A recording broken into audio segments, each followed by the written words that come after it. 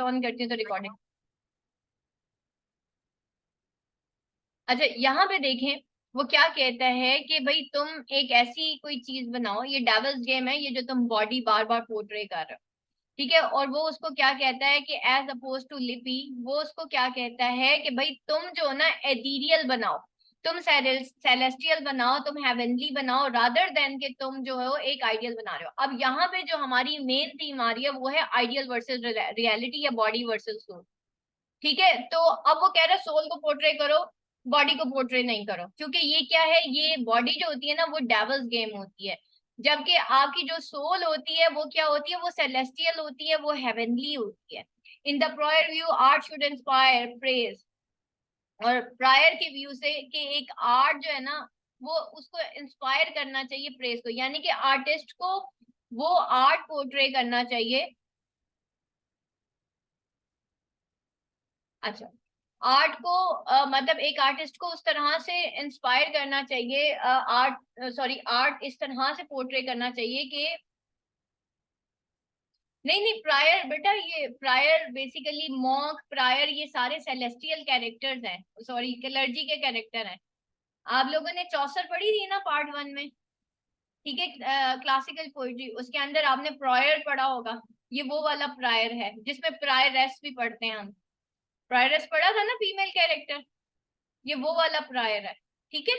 That is not the previous, ठीक है। तो that is basically the ecclesiastical character, जो चर्च में जैसे हम पढ़ते हैं कि भाई प्रायर था, समनर था, मॉन्क था, ऐसे पढ़ा था हमने। मॉन्क के बाद जो थर्ड कैरेक्टर आया था वो प्रायरस का भी आया था, ये वो वाला प्रायर है। तो वो जो प्रायर उसको कहता है कि भाई तुम जो ना वो आर्ट बनाओ जिससे भाई तारीफें हम इकट्ठी कर सकें, जो लोगों के दिल को भाए।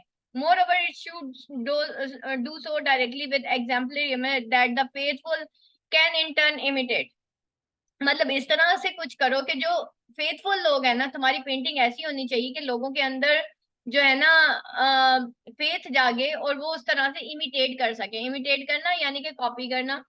लिपि realism represents are distinct danger for Prior. अब ये लिपि की जो रियलिज्म थी ना वो एक डिस्टिंक्ट डेंजर थी प्रायर के लिए, as it works to pull all thoughts of praise out of our head with wonder at lines colour and what not, ठीक है। अब ये सारा जो काम था ना उसके लिए, प्रायर के लिए तो भाई एक बड़ा फुल ऑफ थ्रेटन था कि भाई ये क्या बनाता फिर है ना। और फिर वो उसको क्या कहता है कि as it works to pull all thoughts of praise out of our head, कि भाई अब वो कहता है कि भाई ये तमाम थॉट्स ऑफ प्रेज हमारे हेड से निकाल लेगा with wonder at lines colours and what not. और ये और लोग जो हैं वो किस पे घूमते रह जाएंगे, लाइंस कलर्स और व्हाट नॉट, जो कि नहीं। बेसिकली जो चर्च है ना, यहाँ पे दिखाया जा रहा है कि चर्च चाहता है कि लोग, उसकी अथॉरिटी लोगों के जहनों पे रहे। आमिल बाबा है ना, करामतें करके लोगों के जहनों पे इन्फ्लुएंस होने की कोशिश करता है। तो वो कहता है कि ये तुम ऐसी पेंटिंग्स पोर्ट्रे करो कि लोगों के ऊपर ना चर्च का इन्फ्लुएंस रहे, रादर देन कि तुम हर चीज रियलिटी बेस्ड तुम उनको बताए जा रहे हो। अच्छा, दूसरा क्वेश्चन एक और स्टूडेंट ने यहाँ पे पूछा और बड़ा ही एक अच्छा सा क्वेश्चन है जो मुझे बड़ा पसंद आया। अच्छा, अरीज ने पूछा previous paragraph is all about religion, how do we differentiate with modernism, that is the compare and contrast of religion versus modern, ठीक है। रिलीजियस इन अ सेंस के भाई जो वो अकॉर्डिंग टू रिलीजन बॉडी को नहीं पोर्ट्रे करना चाहिए, ठीक है, लेकिन वर्ल्ड जो है वो उसमें तो बॉडी है, बॉडी और सोल दोनों है। तो this is the reality based के बॉडी एंड सोल दोनों होना चाहिए। पेंटर जो है वो क्या करने की कोशिश कर रहा था, वो बॉडी एंड सोल दोनों शो करने की कोशिश कर रहा था, क्योंकि इंसान जो है वो कॉम्बिनेशन है बॉडी एंड सोल का, ठीक है। तो that is basically the reality, वो दोनों चीजें बता रहा था। उधर से जो मॉन्क है वो उसको कहता है नहीं, तुम सिर्फ और सिर्फ जो है सोल को पोर्ट्रे करो, तुमने बॉडी को पोर्ट्रे नहीं करना। तो इसको हम कहते हैं मॉडर्न, बेसिकली सेक्युलर वर्ल्ड को भी कहते हैं, ठीक है। तो इसको हम कहते हैं religious world versus modern world.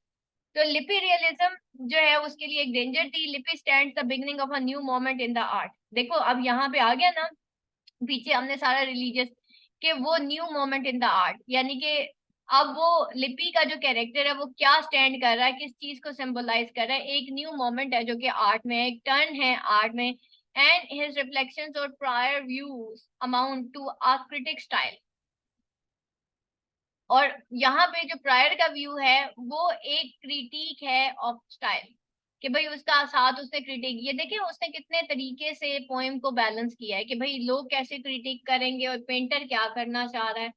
तो एक्चुअली वो जो प्रायर है वो उस पेंटर को क्रिटिक कर रहा है, ठीक है, अपोज कर रहा है। He content that body and soul need not distract from one another. वो इस चीज पे कायम था जो पेंटर था, कि बॉडी और सोल जो है ना, need not detract from one another, ठीक है, उनको एक दूसरे से आप मतलब अलग नहीं कर सकते, but instead can work in concert when rendered skillfully. The more realistic the body, the clearer the soul becomes. कितनी जितनी realistic आपकी body होती है, आपकी soul उतनी clear हो जाती है. The prior views are to Lippi's paradoxical. Paradox कहते हैं totally opposite होना, ठीक है, given their supposed basis in the Bible. तो वो उसको suppose basis in the Bible, उसके ये जो पॉइंट्स होते हैं वो टोटली डिफरेंट होते हैं। That God created man's wife Eve from Adam's body attested to the value and significance of the flesh for living, who suggests that if the physical matter to God, it ought to matter to his followers. अब यहाँ पे वो जो prior का view होता है ना, वो कहता है देखो भाई, जो मैन की वाइफ है, गॉड ने क्रिएट किया ना उसको, ईव फ्रॉम एडम्स बॉडी, और वो क्या किया, attested to the value and significance of the flesh, कि वहां पे इंसान को अटेस्ट किया गया है और यहाँ से पता चला है कि उसकी सिग्निफिकेंस और वैल्यू ऑफ फ्लैश क्या है, यानी कि इंसान बॉडी के लिए जो है वो यानी कि अगर उसके अंदर फ्लैश एंड बॉडी है तो obviously he is prone to evil, who suggest that if the physical matter to body to God, it ought to matter to his follower, कि अगर फिजिकल मैटर करता ना बॉडी गॉड के लिए, तो वो उसके फॉलोअर्स को भी मैटर करता है। The shapes of things, their colors, light, shades, being divine in origin, are not to be passed over and rooted to the ghostly images the prior prefers. Lippi delivers a miniature manifesto for his new school of art, the central tenet of which will be to count it crime to let truth slip. वो इसको लिपि जो है, जो painter है, वो कहता है एक जो पेंटर है ना, एक आर्टिस्ट, ठीक है, ये क्राइम है कि वो ट्रुथ को स्लिप कर दे, ठीक है, ट्रुथ को छोड़ दे। तो एक आर्टिस्ट का काम है कि वो अपनी पिक्चर के अंदर वो चीज पोर्ट्रे करे जो कि रियलिटी है। So much of the rhetoric of Lippi's presentation focuses on the issue of meaning itself. To assume, like the prior, the significance of the physical would be to make world an uninterpretable blot or blank. But for Lippi, the created world is rife with significance. It means intensely and means good. To bypass the physical world be to risk meddling with meaning itself. अब यहाँ पे देखें कि वो कहता है कि for लिपि the created world is rife with significance, ठीक है, फुल ऑफ सिग्निफिकेंस है, यानी कि it means intensely and means good, कि इसका मतलब है कि इंटेंसली भी हो और गुड भी हो। To bypass the physical world, अगर हम इस फिजिकल वर्ल्ड को bypass, to by the physical, कि अगर हम इस फिजिकल को यानी कि बॉडी को बाईपास कर देते हैं तो ये एक बहुत बड़ा मेडलिंग है विद मीनिंग इटसेल्फ। तो by contrast Lippi would maximize meaning intensely, वो मैक्सिमाइज करता मीनिंग्स को intensely, advocating a strict adherence to real, ठीक है, वो स्ट्रिक्टली रियलिज्म को पोर्ट्रे करना चाहता था। And would have his successor paint things, और वो चाहता था कि उसके जो सक्सेसर्स हैं वो इसी तरह से पेंट करें, just as they are without bias. The physical for लिपि becomes the very creation of meaningfulness, और ये जो फिजिकल फॉर लिपि है वो वेरी क्रिएशन ऑफ मीनिंगफुल। अब सक्सेसर्स कौन होते हैं, उसके फॉलोअर्स, उसके बाद में आने वाले। वो चाहता था कि उसके बाद में आने वाले ना इसी तरह के इनोवेटिव पेंटिंग्स करें रादर देन के वो एक ट्रेडिशनल पेंटिंग करें। In spite of his strong opinion, Lippi cannot practice what he preaches for fear of losing business. They will they with their Latin, ठीक है। अब वो यहाँ पे क्या कहता है उनको, they with their Latin. Latin basically आपको मैंने बताया था कि ये चर्च की लैंग्वेज थी, ठीक है। तो the church dignitaries demand from his quite different kinds of artistic production. It is because of having resigned himself, he explained, to delivering the standard subject that he occasionally plays the follies the police catch him at. To make amends for his misconduct, Lippi plans to oblige his superiors by composing his next work in strict accordance with their preferences. पहले वो अपना सारा एक तसलसल बयान करके कि भाई painter हूं मैं, क्या पेंट करना चाहता हूँ, लेकिन अब वो कह रहा है क्योंकि मेरी एक प्रेस्टीज जो है वो खत्म हो गई है, अब मैं वैसी पेंटिंग करूंगा जैसा कि मेरे प्रीडेसेसर, मतलब मेरे जो जो भी है चर्च की अथॉरिटीज जो चाहती है मैं वैसा कर दूंगा। द सेंस ऑफ आयरनी, अब यहाँ पे सेंस ऑफ आयरनी, मैंने आपको क्या कहा था, पोएम जो है वो फुल ऑफ आयरनी है। pervades the account of the work projected word, which will include a fairy flower, angel brood, and a focus a saint or two. The hyperbole, hyperbole कहते हैं exaggeration को। अब यहाँ पे देखिए हम पोएम के स्टाइल पे आ गए, ठीक है, इसको मैं पैराग्राफ को अलहदा कर रही हूँ, और this is basically the poetic style या पोएटिक फॉर्म हम इसको कह रहे हैं। ठीक है, मैं यहाँ पे हेडलाइन दे रही हूँ, आप लोगों ने पेपर में नहीं देनी। अब इसमें क्या है, सेंस ऑफ आयरनी है, हाइपरबोल है, एक्सेजरेशन है of the former phrase and dismissive tone of the latter illustrate lippy attitude, which is one of perfunctory compliance, but the lippy that refuses to be reconciled to such orthodoxy emerges towards the end of monologue. और लिपी जो है जो कि refuse करता है to be रिकॉन्साइल्ड, कि वो इस ऑर्थोडॉक्सी को रिफ्यूज कर रहा होता है, लेकिन फिर वो इमर्ज हो जाती है towards the end of the monologue. तो ये क्या है, ये भी तो आयरनी है ना, पहले वो उसको रिफ्यूज करता है उस ऑर्थोडॉक्सी को। ऑर्थोडॉक्स ना चर्च को भी कहते हैं, चर्च के वेज को भी कहते हैं। Where he narrates a mischievous plan to indulge his own notion of what art should be, even as he resigns himself to expectations of other। अपने आप को वो दूसरों की एक्सपेक्टेशन से आजाद कर लेता है। The painting, otherwise the very embodiment of the prevailing views of religious art, will also include preposterously the figure of Lippi himself, mazed, motionless, and moonstruck in the pure company of saints and angels. The justification for painting himself into picture Lippi puts in the mouth of a sweet angel girl for his own creation. Brother Lippo too has his value, as he is, after all, the creator of work he inhabits. Critics have found an allegorical element। मैंने आपको कहा था poem जो है वो एक allegory भी है। मैं इसको एक हेडिंग देने जा रही हूँ, एज एन एलेगरी। मैंने आपको कहा था कि ये एलेगोरिक पोएम है, ठीक है। अब एलेगोरिकल एलिमेंट इसके अंदर क्या है, इन द सब नैरेटिव लिपि। सब नैरेटिव, सब कहते हैं डुअल, डुअल नैरेटिव, ठीक है। डुअल नैरेटिव हो गया ना, दो तरह से कहानी, एक सच्ची कहानी थी, ठीक है, एक और किताब में बयान की गई, उसके बाद एक फिक्टिशियस स्टोरी थी जो इसने क्रिएट की appends to his plan for the painting. The celestial present of girl could present the muse, while the hot-head husband that pops in suddenly might figure a prior artist। अब वो जो बनाता है painting को, जिसके अंदर एक celestial presence होती है गर्ल की, ठीक है, अब वो ये सारा कुछ वो अपनी ना पेंटिंग में बनाता है, ठीक है, जो कि रिप्रेजेंट करता है म्यूज को। म्यूज कहते हैं, वैसे तो आपने वो रेप ऑफ द लॉक में पढ़ा होगा ना म्यूज, ठीक है, वैसे म्यूज इंस्पिरेशन को भी कहते हैं, ठीक है। एक पोएम होती है ना, ठीक है, और उसके अंदर आप दुआ मांगते हैं, रिप्रेजेंट द म्यूज, दुआ मांग रही है, ठीक है, और वो मतलब सोर्स ऑफ इंस्पिरेशन है, समथिंग जो कि गर्ल के अंदर है, और वो खुदा को कॉल कर रही है। While the hot headed husband, जबकि उसका जो हॉट हेडेड हस्बैंड है, हेड हस्बैंड है, जो कि पेंटिंग के अंदर दिखाया जा रहा है, that pops in suddenly might figure a prior artist, वो शायद कोई प्रायर आर्टिस्ट है, ठीक है, वो कोई फॉर्मर आर्टिस्ट है या कोई उसका अथॉरिटी है, someone oppose to Lippi's new aesthetic of the real. अब वो जो celestial present of the girl है वो बेसिकली लिपि हिमसेल्फ है, और हॉट हेडेड हस्बैंड हर वो आर्टिस्ट है जो कि उसके इस इनोवेटिव वर्क के अगेंस्ट है, जो कि रियलिज्म बेस्ड है। What emerges without question from passage is concern related to Browning professed interest in imperfect।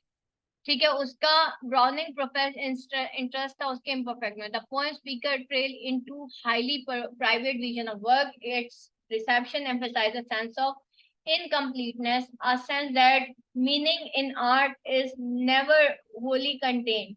कि art, मीनिंग इन आर्ट जो है कभी भी होली कंटेंट नहीं होता, ये ब्राउनिंग का कहना था. But implicates the audience, the artist and his precursors in complicated web of relations. There is the grey beginning, Lippic proclaims at the end of the poem, alluding to draw as he locates poem within the context of temporal, which like his art never quite perfect. Temporal और हम permanence की बात करते हैं, ठीक है.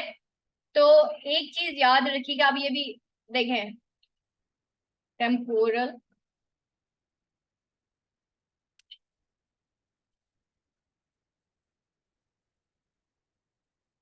अभी मैंने क्या बोला था, temporal versus transitional, sorry transitional, ठीक है. या फिर हम इसको कहते हैं कि morality versus immorality, sorry mortality कहते हैं, मोर्टैलिटी,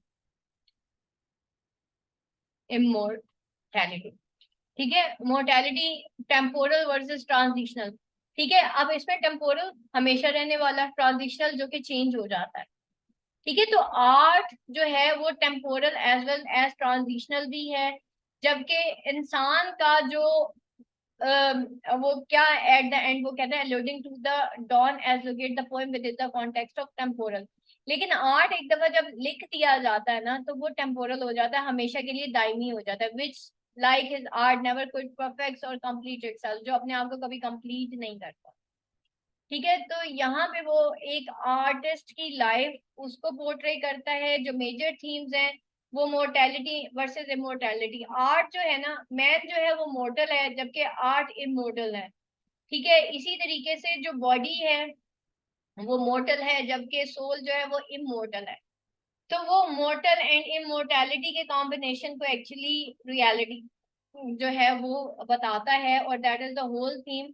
अब हमने इसके अंदर जो मेजर जो पॉइंट्स पढ़े, दैट वन, सबसे पहले ये एलेगरी है, ठीक है, एक रियल जो बेस थी जो मैंने आपको वेरी फर्स्ट पैराग्राफ में बताया. फिर इसके अंदर आयरनी है, हाइपरबोल है, और इसके अंदर एक और चीज हमने नहीं वो की कि ये ड्रामेटिक मोनोलॉग भी है. बेटा इसके अंदर ना एक और पॉइंट आपने ऐड करना है कि एक पैराग्राफ जो कि ड्रामेटिक मोनोलॉग का भी होगा, ठीक है. ये मैं यहाँ एंड पे इसके लिख देती हूँ कि ये ड्रामेटिक मोनोलॉग भी है, और मैं नोट्स में ऐड भी कर दूंगी आपके,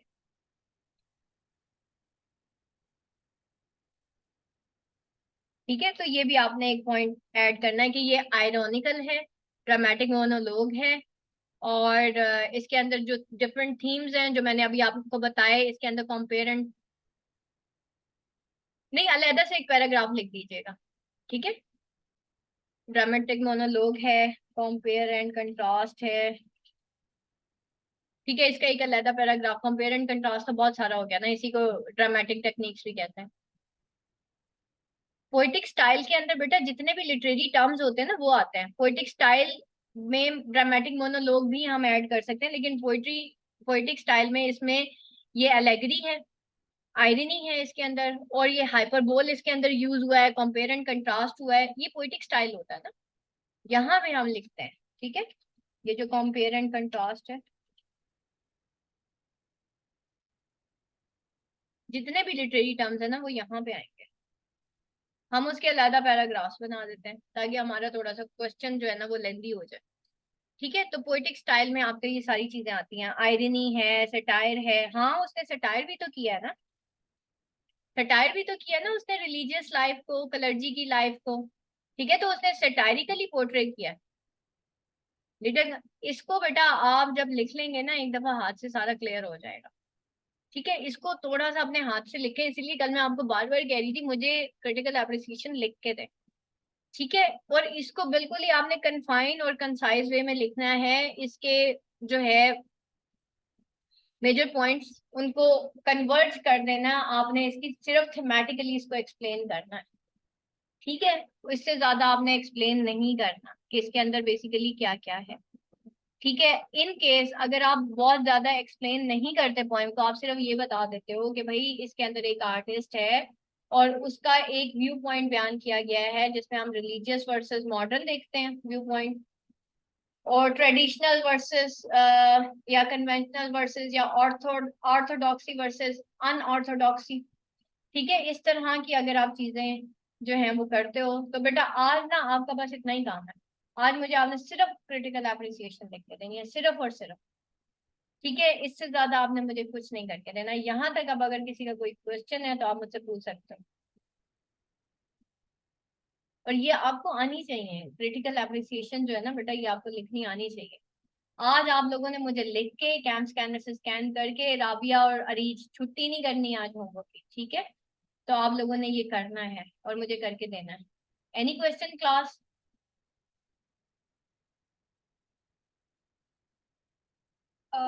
मैम मैं क्वेश्चन कर लूँ? सॉरी अरीज, क्या हुआ? मैम मैं क्वेश्चन कर लूँ? जी जी, करें करें, बिल्कुल करें। अच्छा मैम, मैं कह रही थी कि हमारे पास इस पोइट का लास्ट राइट टुगेदर रहती है, जिसमें वो दोबारा से ड्रामेटिक मोनोलॉग पूछ रहे हैं। ठीक है, तो अब हम जो हमारा टुमारो लेक्चर होगा वो हम उसमें डिफरेंट सब्जेक्ट स्टार्ट करेंगे या फिर इस लास्ट राइट टुगेदर कवर करेंगे? लास्ट राइट टुगेदर अरीज आपके पास पेपर देखे ना, उसमें रिपीट नहीं हुआ हुआ, बल्कि एक दफा भी नहीं आया हुआ। मैम 217 में आया हुआ है। आया हुआ है, बस फिर लास्ट राइट टुगेदर कर लेते हैं कल इंशाल्लाह, उसमें ड्रामेटिक मोनोलॉग को भी डिस्कस कर लेंगे। बल्कि मैंने लास्ट राइट टुगेदर के ज्यादा नोट्स बनाए हुए थे इसके जो है इसकी जगह। इसको तो मैंने काफी डिटेल्ड लास्ट राइट टुगेदर के नोट्स बनाए हुए थे, लेकिन कल वो जब मैंने देखा आप लोगों ने पहली ही अपनी क्रिटिकल एप्रिसिएशन नहीं की तो फिर मुझे थोड़ा सा हुआ, मैंने कहा लगता है इनको समझ ही नहीं आई कि क्रिटिकल एप्रिसिएशन करनी क्या। जस्ट मेक द पॉइंट्स, उसके अंदर एक एक पैराग्राफ लिखें जैसे मैंने अभी आपको बताया। ठीक है, और बस उसके ऊपर शुरू हो जाए। क्रिटिकल एप्रिसिएशन करना कोई मुश्किल नहीं है। फर्स्ट पैराग्राफ इंट्रोडक्शन का होता है।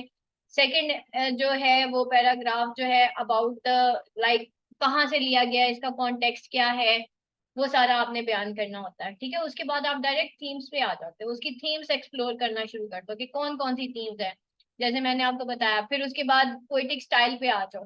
पोइटिक स्टाइल के बाद अगर कोई उसकी बहुत लाइक अब जैसे ड्रामेटिक मोनोलॉग का एक बहुत इंपॉर्टेंट पॉइंट था जो इन नोट्स में नहीं था।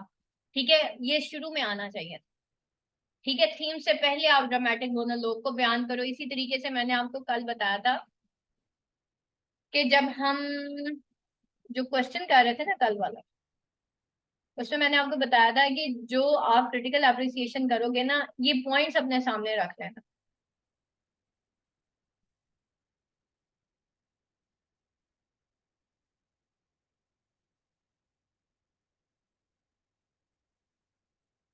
ड्रामेटिक मोनोलॉग को, dramatic browning philosophy of evolution को, ठीक है, उसके बाद बिलीव इन इनमोर्टैलिटी ऑफ सोल को, browning love is infinity, browning obscurity, इसको भी उसमें ऐड करें, कंक्लूड कर दें। सिंपल। ठीक है, ज्यादा समरी लिखने की या ज्यादा पोएम को एक्सप्लेन करने की जरूरत नहीं है। ठीक है, just in major major points को डिस्कस करें और खत्म करते हैं। ऑब्सक्योरिटी को डिस्कस करें, मोनोलॉग को डिस्कस करें। आपके 6 से 7 पैराग्राफ 12 पैराग्राफ पूरे हो गए ना, क्योंकि वो देखे ना एग्जामिनेशन शीट कैसी होती है, लंबी सी होती है, उर्दू की होती है, हॉरिजॉन्टल होती है ना, जो एग्जाम शीट की मैं बात कर रही हूँ। अगर आप उसके एक पेज के ऊपर ना एक पैराग्राफ भी मुश्किल से आता है, ज्यादा हो जाता है ना, तो आप सोचेंगे 12 पैराग्राफ का मतलब है 12 पेजेस, तो 12 पेजेस का मतलब है 800 to 1000 वर्ड्स। अब आपका एक पैराग्राफ एटलीस्ट वो 20 to 30 वर्ड्स का तो होगा, तो आपके आराम से जो है ना कंप्लीट हो जाता है 800 to 1000। But be specific to the topic, ये ना हो कि आप बिल्कुल ही इधर से टांग खींच उधर से डाल, ये नहीं करना। पहले पॉइंट्स बनाने, आउटलाइन बनाए। हमेशा मैं स्टूडेंट्स को यही कहती हूँ, जो सेकंड लास्ट लीव है ना आपके पेपर की, उसके ऊपर पेंसिल से लिख लिया करें मेजर पॉइंट्स ना, उससे आपका पेन नहीं रुकता और आप टू दी पॉइंट लिखते हो। ठीक है, तो बस ये है। और कोई क्वेश्चन जी? और कोई क्वेश्चन क्लास? बस। चलिए जनाब, चलिए दुआ पढ़ लेते हैं। सुबहानक अल्लाहुम्मा व बिहम्दिका अशहदु अल्ला इलाहा इल्ला अंता अस्तगफिरुका व अतूबु इलैक। बेटा कुरान क्लास अटेंड किया करें। मैं आप दोनों को लिंक शेयर कर देती हूँ कुरान क्लास का, आप दोनों ज्वाइन करें, थोड़ा बहुत सुन लिया करें। ठीक है, कोशिश ही है आप सारे आए हैं हमारी कुरान क्लास में। ये मैंने शेयर कर दिया है, तो आप लोग अपने स्टेटस पे भी लगा दें। पढ़ाते रहते हैं हम तो आना चाहिए। दुनिया पढ़ा रहे हैं तो दीन भी पढ़ाना चाहिए, ठीक है, और दुनिया पढ़ रहे हैं तो दीन भी पढ़ना चाहिए। तो इंशाल्लाह अल्लाह ताला आपको तौफीक दे कि आप दीन के रास्ते पे चलें। बेहतरीन रास्ता है। मैं बता रही हूँ ना कि इतना मजा आता है। इवन आपको पता है, मैंने कुरान क्लास दोबारा किसकी गुजारिश पे शुरू की है। वैसे तो स्टूडेंट्स हर वक्त मुझे कहते रहते थे, तो मैं कहती थी यार अभी तो इनको पढ़ाया है, अब थोड़ा सा मैं अपना स्टडीज कर लूँ ये वो। लेकिन एक तो मेरी जिंदगी से बरकत खत्म हो गई जब से मैंने कुरान पढ़ाना छोड़ा है ना। यकीन करें बेसुकूनी सी हो गई है, मजा ही नहीं आ रहा जैसे जिंदगी का ना। हर इंसान बुरा लगने लग गया। तो जब आपको हर इंसान बुरा लगने लग गया तो समझ लें कि आप हिदायत से दूर हो रहे हो, क्योंकि आप इंसान कॉन्शियस होना शुरू हो गए ना। ठीक है, तो इंसान कॉन्शियस तो होना ही नहीं है, पीपल कॉन्शियस नहीं होना, लोग क्या कह रहे हैं क्या कर रहे हैं ये हमारा मसला ही नहीं है। हमारा मसला सिर्फ ये है कि मैं अल्लाह ताला को कैसी लगे इस वक्त। ठीक है, और यकीन करें तो वो मेरे जो मेरी मेड है, दुआ हेल्पर है मेरी, उसने मुझे कहा बाजी मैंने आपसे कुरान पढ़ना है, क्योंकि मैं डेली बेसिस को पे उसको छोटे छोटे क्लिप्स देती रहती हूँ कि बेटा ऐसे करना है ऐसे करना है। तो एक दिन उसने मुझे अभी लास्ट वीक उसने कहा कि बाजी मैंने ना आपसे कुरान पढ़ना है। मैंने कहा अच्छा चलो बेटा मैं आपको पढ़ा देती हूँ। तो बेसिकली ये क्लासेस स्पेशली उसके लिए शुरू हुई है। तब वो डेली मेरे साथ बैठी होती है, वो सारे काम खत्म करके 11 बजे मेरे साथ बैठ जाती है। तो देखे ना बेटा, एलीट का ये फायदा होता है। मैं कहती हूँ एलीट बदल जाए ना, पढ़ा लिखा बंदा अगर रिलीजन को सही फॉलो और अच्छे तरीके से फॉलो, बेहतरीन तरीके से खूबसूरत तरीके से फॉलो करने लग जाए ना, तो दुनिया सुधर जाएगी। असल में मसला वही है। देखिए अभी ये जो मॉन्क की कहानी हम पढ़ रहे हैं, पेंटर की जो कहानी हम पढ़ रहे हैं, वो बेसिकली पेंटर कौन है?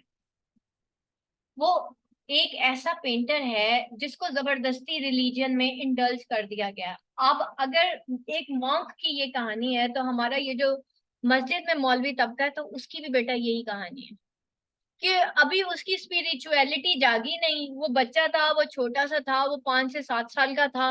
उसको आपने मौलवी के पास भेज दिया और मौलवी ने भी उसको मार मार के दीन पढ़ाया। और अब उस बच्चे को समझ नहीं आ रही कि मैं इस मस्जिद से भाग जाऊं, क्या दीन इतना स्ट्रिक्ट है? ठीक है, और ये कैसा दीन है जो मैं यहाँ पे सीखने आ गया हूँ, और ये कैसा अल्लाह है जो इतना सख्त है? तो that is the basic thing कि हमें ये चीज समझनी चाहिए। ठीक है, मैं हमेशा एक चीज कहती हूँ यार, मौलवी तो मस्जिद में बैठा है ना, मस्जिद में तो सारे नमाजी आते हैं।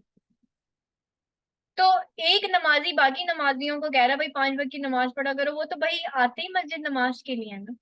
लेकिन हमने उन लोगों को देखना है जो यूनिवर्सिटी लेवल पे है, जो हमारे इर्द गिर्द हैं, जो मस्जिद में नहीं जाते, जो कुरान नहीं पढ़ते। वहां तक मौलवी नहीं पहुंचता ना, मसला ये है। तो वहां तक कौन जाएगा? वहां पे हम जाएंगे। यूथ क्लब वालों को देखें कितना अच्छा काम कर रहे हैं, यूनिवर्सिटीज को वो टारगेट करते हैं। और वो जो अली भाई है ना, जो यूथ क्लब के हैं, आपने देखा होगा, जिसने जो फाउंडर हैं यूथ क्लब के, वो जीकी यूनिवर्सिटी में पढ़ते थे, मेरे भाई के सीनियर है। मेरे भाई के सीनियर है, 1 ईयर सीनियर। और मेरा भाई मुझे बताता है आसमा, अली भाई इतने ड्रामेटिक्स में हिस्सा लेते थे, हम कभी एक्सपेक्ट ही नहीं कर सकते थे कि ये बंदा अल्लाह इसको हिदायत दे। तो अल्लाह बंदे चुनता है। समझ रहे हैं बात को? अगर ऐसे लोगों को हिदायत मिल सकती है तो हमें क्यों नहीं मिल सकती? तो हमने हिदायत मांगनी है और हमने अल्लाह का रास्ता ही चुनना है। तो मुझे इतनी वो होती है कि यार ये अल्लाह के चुने हुए बंदे, अल्लाह ने इनको अपने दीन के लिए चुना है।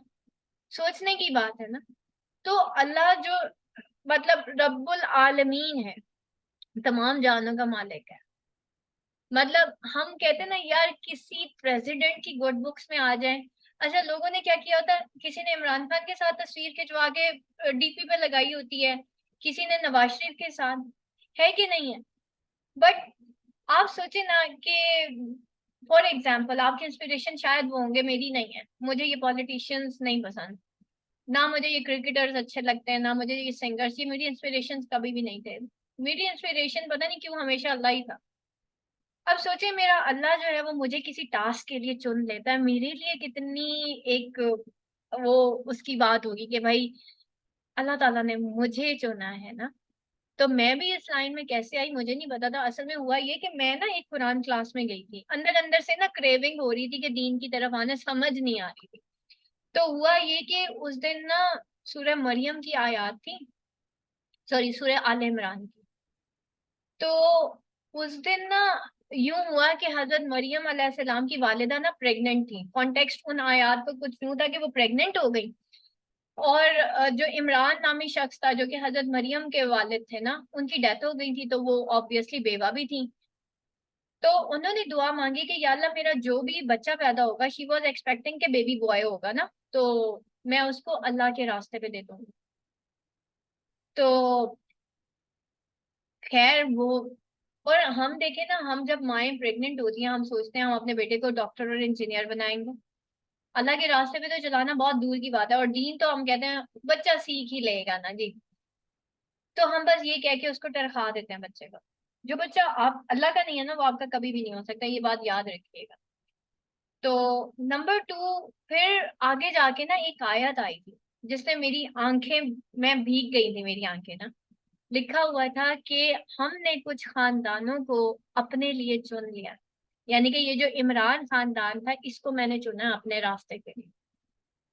तो उस दिन मैंने अल्लाह ताला से दुआ मांगी कि या अल्लाह मुझे भी फिर अपने लिए चुन ले और मेरी आल को भी अपने लिए चुन ले, क्योंकि ये आले इमरान है, ठीक है। और नबी पाक सल्लल्लाहु अलैहि वसल्लम के फादर का नाम भी इमरान ही था। तो हम तो ये मानते ही नहीं है, और यकीन करें उसके बाद पता नहीं क्या हुआ, एक मेरी लाइफ के अंदर रेवोल्यूशन आया। मैंने तो सिर्फ दुआ मांगी थी अल्लाह ताला से, और मैं रो रही थी उस दिन, और मैं बड़े दिल से दुआ मांगी थी। एंड मुझे नहीं पता मेरी लाइफ कैसे टर्न ओवर हुई, एकदम से, अचानक से, जैसे इल्म की भरमार हो गई, अच्छे उस्ताद मिलना शुरू हो गए, एक के बाद एक कोर्स मेरा ऑटोमेटिकली होना शुरू हो गया। हालांकि मैं बहुत बीमार थी उन दिन, मैं चल नहीं सकती थी, मैं बैठ नहीं सकती थी। बट वो दुआ शायद अल्लाह ताला को मेरी पसंद आ गई, और शायद अल्लाह ताला ने इसलिए मुझे अपने दीन के लिए चुन लिया। तो उस दिन मैंने अल्लाह से मांगा था कि या अल्लाह मुझे अपने दीन के लिए चुन। तो अल्हम्दुलिल्लाह अल्लाह ने फिर ये रास्ता दिखाया। तो इसलिए मैं आप लोगों को कहती हूँ कि आया करें, कुरान क्लास में जरूर आया करें, ठीक है। चलिए जनाब, आखिर दावाना अल्हम्दुलिल्लाहि रब्बिल आलमीन, सुब्हाना रब्बिका रब्बिल इज्जति अम्मा यसिफून, व सलामुन अलल मुरसलीन वल्हम्दुलिल्लाहि रब्बिल आलमीन। अस्सलाम।